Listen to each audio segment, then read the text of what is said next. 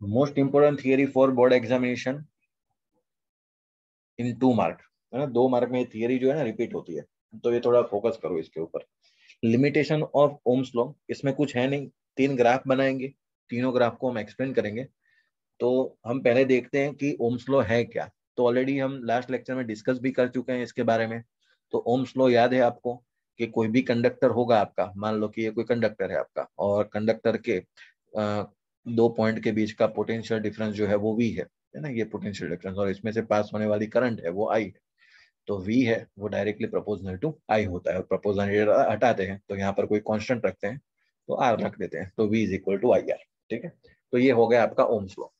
अब Ohm's law में आपको लिमिटेशन क्या होती है, तो आप एक बार समझो कि ये जो इक्वेशन है ना V is equal to IR, तो आपको यहाँ पर एक बात याद भी रखनी है कि ये जो है ना स्ट्रेट लाइन कर्व बनेगा। एक तो स्ट्रेट लाइन का इक्वेशन मैं बताता हूँ आपको, मैथ्स वालों को तो ऑलरेडी पढ़ चुके होंगे, y is equal to mx plus c, है ना, ये पढ़ चुके होंगे। स्ट्रेट लाइन चल चुका है क्या मैथ्स में, चैप्टर 11 का था ना वो, तो पढ़ ही चुके हैं मतलब। बताओ उसमें m क्या होता है, कौन बताएगा।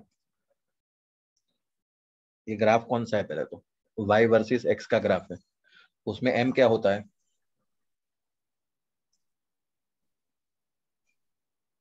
बताइए m क्या होता है, जल्दी से बताओ, मैथ्स वाले तो पढ़ चुके हैं 11th में ये सब, जस्ट जरा बताओ।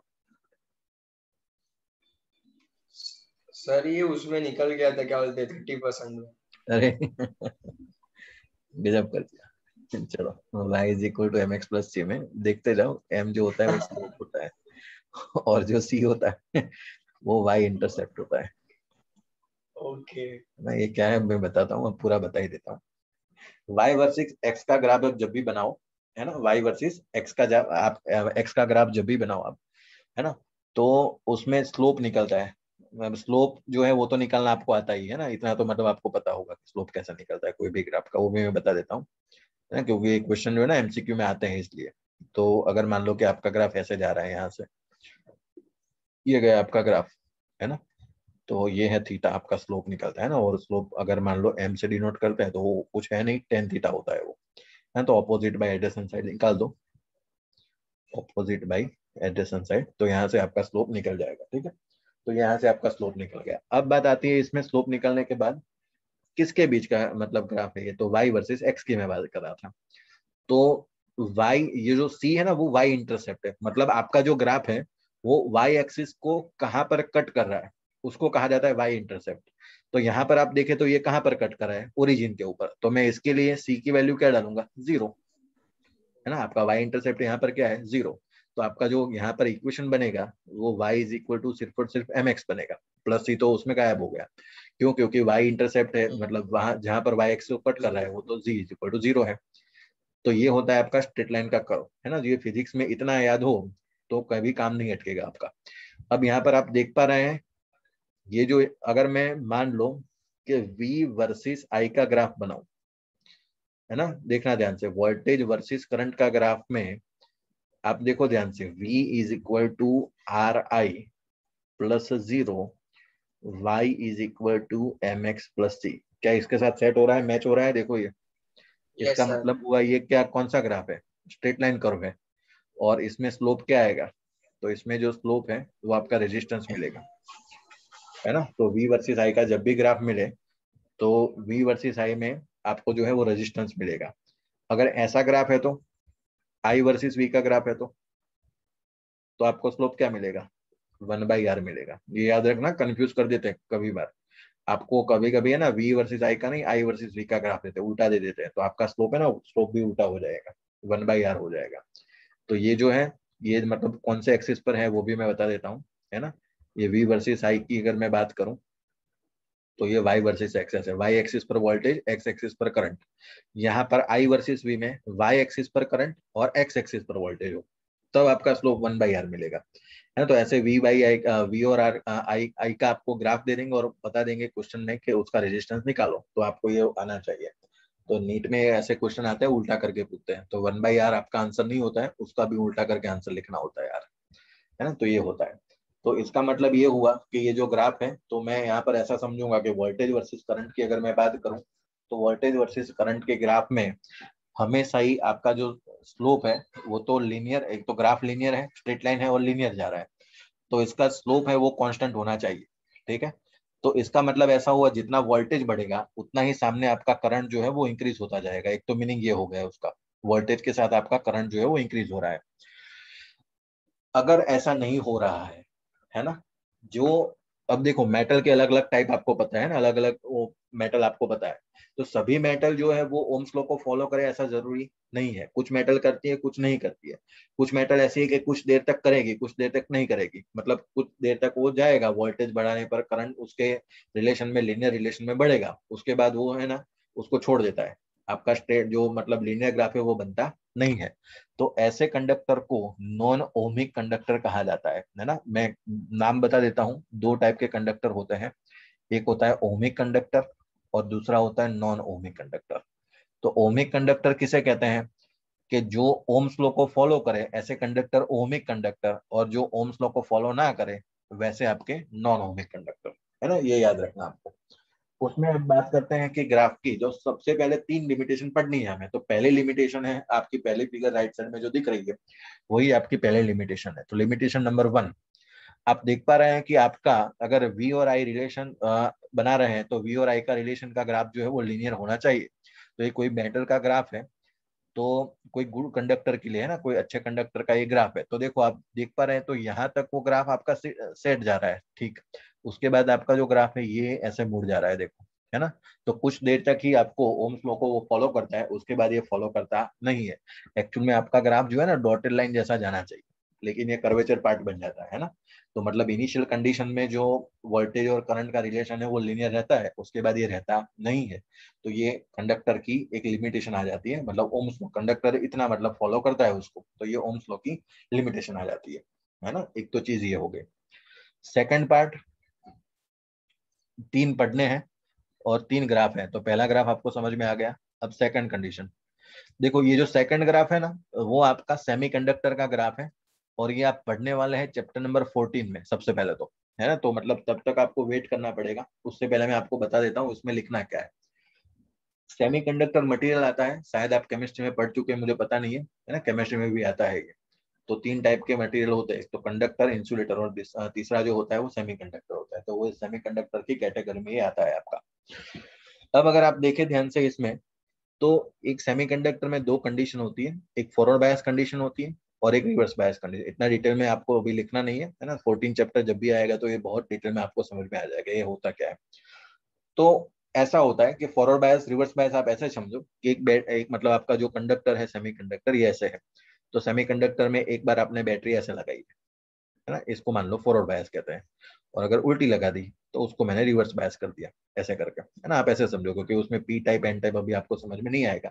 तो आप सभी इतना समझो सिर्फ कि बैटरी सीधी की, उसके बाद उल्टी कर दी, है ना, तो इनवर्स कर दी। बैटरी का जो दोनों वायर थे उसको मैंने इनवर्स लगा दिया उसको, है ना। तो ऐसे बैटरी मैंने दो बार लगा दी। तो ये पहला जो ग्राफ है, मतलब पहले क्वाड्रेंट में आपको जो दिख रहा है वो फॉरवर्ड बायस कंडीशन में, और ये रिवर्स बायस, मतलब ये बैटरी उल्टी करने पर ये जो ग्राफ बन रहा है वो तीसरे क्वाड्रेंट में बन रहा है। अब आप देख पा रहे हैं कि अगर आप मान लो कि जो पहले बैटरी में से ये जो करंट जाएगा और वोल्टेज भी लगाया, इसमें भी करंट जाएगा आई, और यहाँ पर मैंने वोल्टेज लगाया वी, तो क्या जो ग्राफ पहले क्वाड्रेंट में बनना चाहिए उसकी एग्जैक्ट मिरर इमेज क्या क्वाड्रेंट नंबर 3 में बननी चाहिए? बैटरी तो उल्टी की है ना मैंने सिर्फ, हाँ। है ना, लेकिन ऐसा हम्म। होता नहीं है इस कंडीशन में। नहीं। पहले वाले में जो करंट है I1, दूसरे वाले में वो वैल्यू हो जाती है I2, है ना। तो एक्चुअल में ओम्स लॉ को ये फॉलो नहीं करता है। अगर ओम्स लॉ को फॉलो करता तो उसकी मिरर इमेज बनती, है ना, उसकी mirror image exact third quadrant में बननी चाहिए, लेकिन ऐसा बनता नहीं है, सेमीकंडक्टर में ये पॉसिबल नहीं है। तो आपका ओम्स लॉ जो है वो यहाँ पर फॉलो नहीं कर रहा है ना, उसको ओबे नहीं कर रहा है। तो ये जनरल आपके डायोड की कैरेक्टरिस्टिक्स है ना, वो 14 नंबर के चैप्टर में आप पढ़ेंगे, है ना। दूसरी बात देखो, यहाँ पर वैल्यू भी चेंज हो रही है। यहाँ पर आप देख रहे हैं तो ये फॉरवर्ड बायस में मिली एम्पियर है, और रिवर्स बायस में आप देखेंगे तो माइक्रो एम्पियर है ना। तो करंट की वैल्यू माइक्रो। भी चेंज हो जाती है ना, तो वो भी आपको समझ में आ जाएगा कि वैल्यू भी चेंज हो जाती है पूरी के पूरी, है ना। ग्राफ भी मतलब वो उतना डिफ्लेक्शन जितना फर्स्ट में दिखाता है उतना थर्ड क्वाड्रेंट में नहीं दिखाता इनवर्स प्रोसेस में। तो ये भी है, वायोलेट कर जाता है उसको पूरा। उसके बाद बात आती है थर्ड आपकी कैरेक्टरिस्टिक्स, मतलब थर्ड जो लिमिटेशन है उसके बारे में देखते हैं। तो थर्ड लिमिटेशन ऐसी है कि एक करंट जा रहा है आई, यहाँ पर ये जा रहा है वोल्टेज, और ये GaAs मतलब गैलियम आर्सेनाइड, ये GaAs का नाम बता रहा हूं मैं, गैलियम आर्सेनाइड है ना। ये गैलियम आर्सेनाइड एक टाइप का सेमीकंडक्टर है, और ये जो है वो टनल डायोड है। आपको जस्ट मैं बता रहा हूँ, इंजीनियरिंग में जो भी इलेक्ट्रॉनिक्स में जाएंगे वो आगे देखेंगे। ये टनल डायोड का ग्राफ है। टनल डायोड ऐसे डायोड है, तो डायोड के अलग अलग टाइप होते हैं। आप एलईडी देखते हैं तो लाइट एमिटिंग डायोड है ना, एलईडी का फुल फॉर्म है लाइट एमिटिंग डायोड। तो एलईडी भी एक टाइप का डायोड है, तो 14 चैप्टर में वो पढ़ने वाले हैं।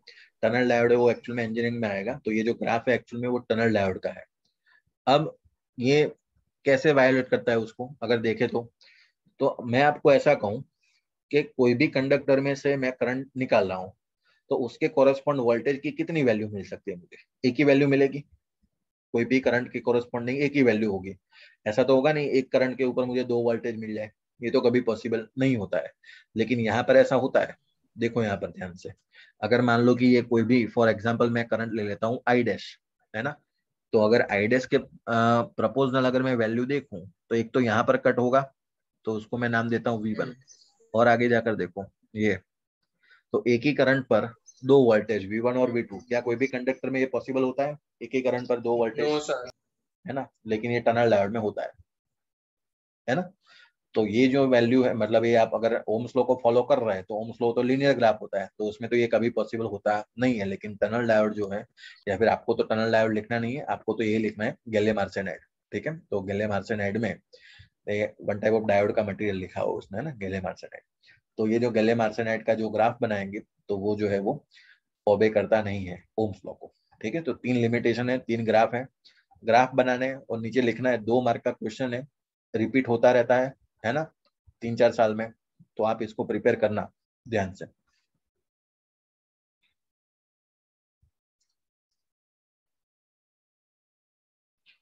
चलिए नेक्स्ट टॉपिक जो है आपका है रजिस्टर के बारे में। तो रजिस्टर का कोडिंग के बारे में मैं आपको बताता हूँ। कलर कोडिंग जो होता है वो, है ना। तो कलर कोडिंग के जो क्वेश्चन है वो आपके थियरी कोई नहीं है, ये MCQ में कंफर्म आपके क्वेश्चन पूछे जाते हैं, है ना। तो ये क्वेश्चन आपको नीट में, गुजसेट में, JEE में कहीं ना कहीं आपको ये मिल जाएंगे। तो थोड़ा डिटेल में हम डिस्कस करेंगे आज इसको। तो ये टेबल भी आपको प्रिपेयर करना है, तो आज के आज मैं आपको ये टेबल भी पूरा प्रिपेयर करवा दूंगा अभी के अभी, क्योंकि टेबल आएगा तभी आप उसके क्वेश्चन सॉल्व कर पाएंगे। अब जो रजिस्टर होता है वो कैसा होता है सबसे पहले तो, ठीक है। तो मैं आपको पहले तो रजिस्टर दिखा देता हूँ कि रजिस्टर कैसा होता है। देखो, आप राइट साइड में देख पा रहे हैं ना, वो इमेज मैंने जूम की है। तो ये होते हैं रजिस्टर, आपकी सर्किट में लगते हैं ये, है ना। तो रजिस्टर जो है उसकी कुछ वैल्यू होती है ओम में, उसका यूनिट आपको पता है ओम होता है। तो उसकी वैल्यू होती है किलो ओम में, या फिर मान लो कि 10 ओम, 5 ओम, वो वाले आप तो किरचॉफ लॉ में हम यूज कर ही रहे थे, तो आपको पता होगा। ठीक है, तो ये वैल्यू निकालने के तरीके होते हैं उसके, है ना। 2 तरीके हैं। तो सबसे पहले तो आप देख लो रजिस्टर कैसे होते हैं। ये बहुत ही छोटे होते हैं, यहाँ पर आपको फिगर में बड़े दिख रहे हैं ना, बहुत ही छोटे छोटे होते हैं ये, है ना। मान लो कि वो उसकी साइज मान लो कितनी, 1 सेंटीमीटर के आसपास मान लो, है ना, 1 सेंटीमीटर की उतनी साइज के रजिस्टर होते हैं। क्लियर? चलिए,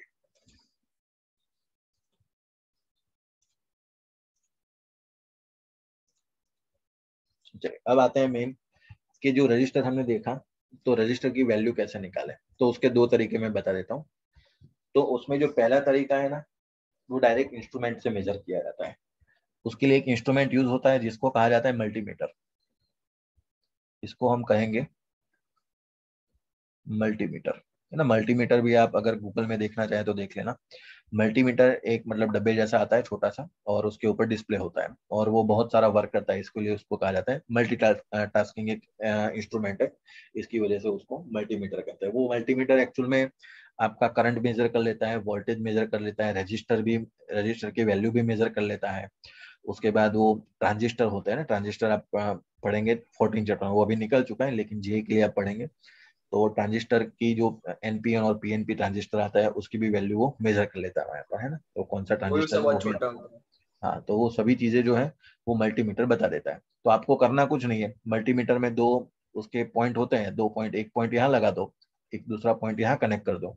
और ये हो गया आपका मल्टीमीटर, तो उसके ऊपर यहाँ पर डिस्प्ले होता है, तो डिस्प्ले ऊपर, तो उसके ऊपर आपको जो है ना फाइनल जो उसकी वैल्यू है वो सीधी यहाँ पर दिखा देगा। तो एक तो ये तरीका हो गया। दूसरा तरीका ऐसा होता है कि अगर आपके पास मल्टीमीटर नहीं है तो आपको उसके ऊपर स्ट्रिप दिख रही है 4 अलग अलग, है ना, तो 4 स्ट्रिप कलर होते हैं अलग अलग, तो उसके अकॉर्डिंग आपको उसकी वैल्यू निकालनी है ना। तो ये आपके सिलेबस में है कलर कोडिंग पूरा। तो आपको वैल्यू निकालना कैसे है इसका, तो वो हमें समझना है, और इसके जो एमसीक्यू है बार बार पूछे जाते हैं, है ना। तो ये आपको कहीं ना कहीं मैंने कहा ना एक साल में आपको 3-4 एग्जाम में से कहीं ना कहीं आपको ये मार्क दिला के जाएगा ये टॉपिक, वो फिक्स है। अब बात करते हैं कलर कोडिंग की। तो देखो उसमें 4 स्ट्रिप है, देख लेना ध्यान से, 1 2 3 4, ठीक है। तो 4 स्ट्रिप में अब कैसे काम करना है वो देखते हैं। तो 4 स्ट्रिप में आपको रीडिंग कैसे लेना है उसका, देखो एक टेबल में कैसे रीड करना है सबसे पहले, है ना। पहले तो टेबल को रीड करना सीख लो, बाकी फिर टेबल बनाना सिखा देता हूँ पूरे का पूरा। पहले 2 स्ट्रिप है वो होंगे आपके नंबर, मैं यहाँ पर लिख रहा हूँ फर्स्ट और सेकंड। पहले 2 स्ट्रिप है वो होंगे आपके नंबर।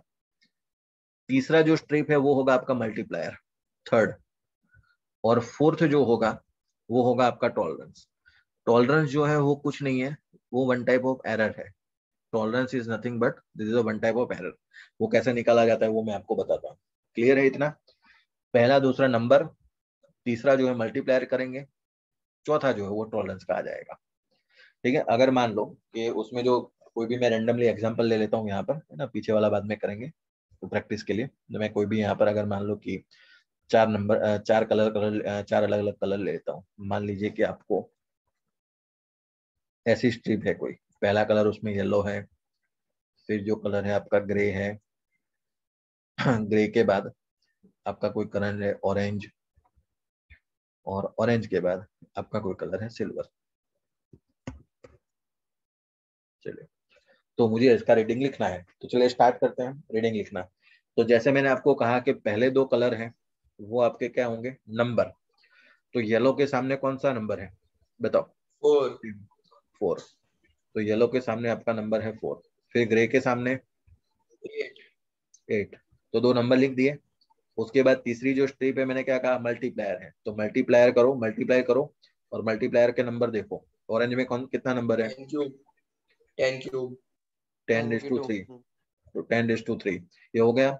अब चौथा कलर देखो, टॉलरेंस है, तो 10। चौथा कौन सा है, सिल्वर।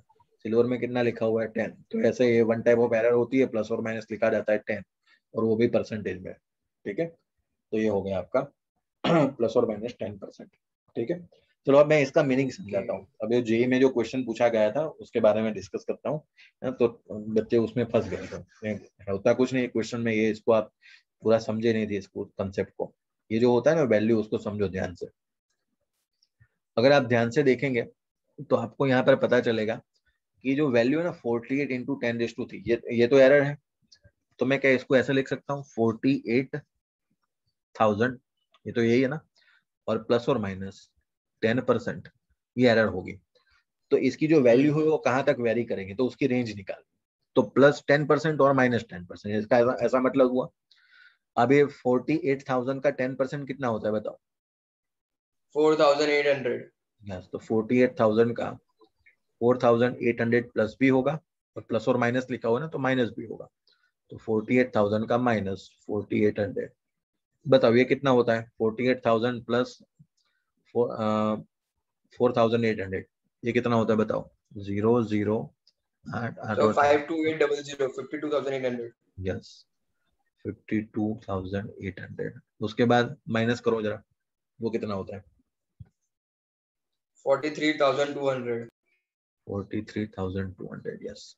तो इसका मतलब कि आपका जो आंसर है ना वो इसके रेंज में आता है, 43,200 माइनस, सॉरी से लेकर 52,800 तक। ठीक है, ये रेंज है। तो जेई में ऐसा क्वेश्चन पूछा था, फॉर रेंडमली एग्जांपल है। तो ये क्वेश्चन ऐसे पूछा गया था कि आपको जो है ना नीचे 4 ऑप्शन दिए गए थे, तो उसमें से कौन सी वैल्यू सही है। तो जो 3 वैल्यू थी इस रेंज के बाहर की थी, और 1 वैल्यू इस रेंज के अंदर की थी, है ना। तो यहाँ तक उसका एक्सटेंशन था। बच्चे यहाँ लाकर अटक गए थे, उनको पता नहीं था कि आगे इसका मीनिंग ये होता है पूरा, है ना। तो ये आपको समझ में आना चाहिए एरर। ठीक है, तो आपको एक्चुअल में यहाँ तक ही पूछेंगे, जेई लेवल का है ये तो आगे का, है ना, इतना मतलब आपको तो ये नीट में भी इतने तक ही पूछते हैं। कलर कोडिंग आप देख लेना, नीट के प्रीवियस के पेपर, गुजसेट में देख लेना, स्टेट बोर्ड के पेपर देखना, तो उसमें यहाँ तक ऐसे एमसीक्यू पूछे गए। ठीक है, चलिए तो हो जाएगा क्लियर अब। यस अब सर। आपको जो क्वेश्चन पूछा गया था गुजसेट में, वो पूछा गया था आपका इंडियन फ्लैग का। तो इंडियन फ्लैग के लिए मुझे कलर बताइए पहले तो। ऑरेंज, व्हाइट और फिर ग्रीन। ऑरेंज, फिर व्हाइट, और उसके बाद ग्रीन। ठीक है, चौथा कलर नो कलर। ठीक है, देखो लिस्ट में नो कलर लिखा हुआ है लास्ट में, इसकी वजह से मैं लिखूंगा वहां पर नो कलर। बताओ नंबर। सर 39 इंटू 10⁵ प्लस और माइनस 20%।